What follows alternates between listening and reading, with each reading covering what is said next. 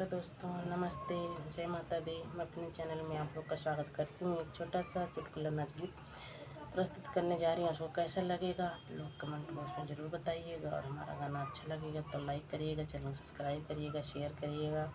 और दोस्तों, कल हमारा वीडियो नहीं पड़ पाया था, हमारी तबीयत सही नहीं थी तो हमने गाना बना नहीं पाया था। तो उसके लिए हाथ जोड़ के क्षमा चाहती हूँ आप सबसे। और आप सबको सुनाने जा रही हूँ, आप लोग सुनिएगा और कमेंट बॉक्स में बताइएगा। तारे बिजुली से पतला हमारे रसिया, तारे बिजुली से पतला हमारे रसिया। सुनो सुनो ससुइया हमारे बतिया, सुनो सुनो ससुइया हमारे बतिया। तोता दूधवा पियई के बिगड़ू रसिया, तोता दूधवा पियई के बिगड़ू रसिया।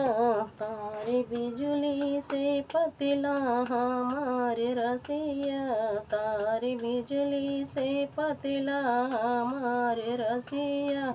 सुनो सुनो जेठनिया हमारे बतिया, सुनो सुनो जेठनिया हमारे बतिया।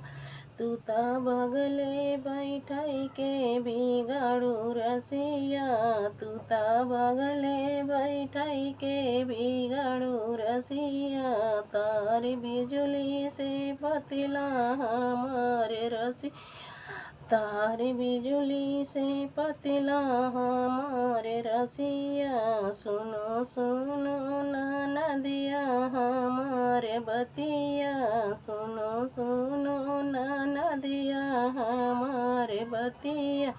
तूता बगले सुतई के बिगाड़ू रसिया, तूता बगले सुतई के बिगाड़ू रसिया।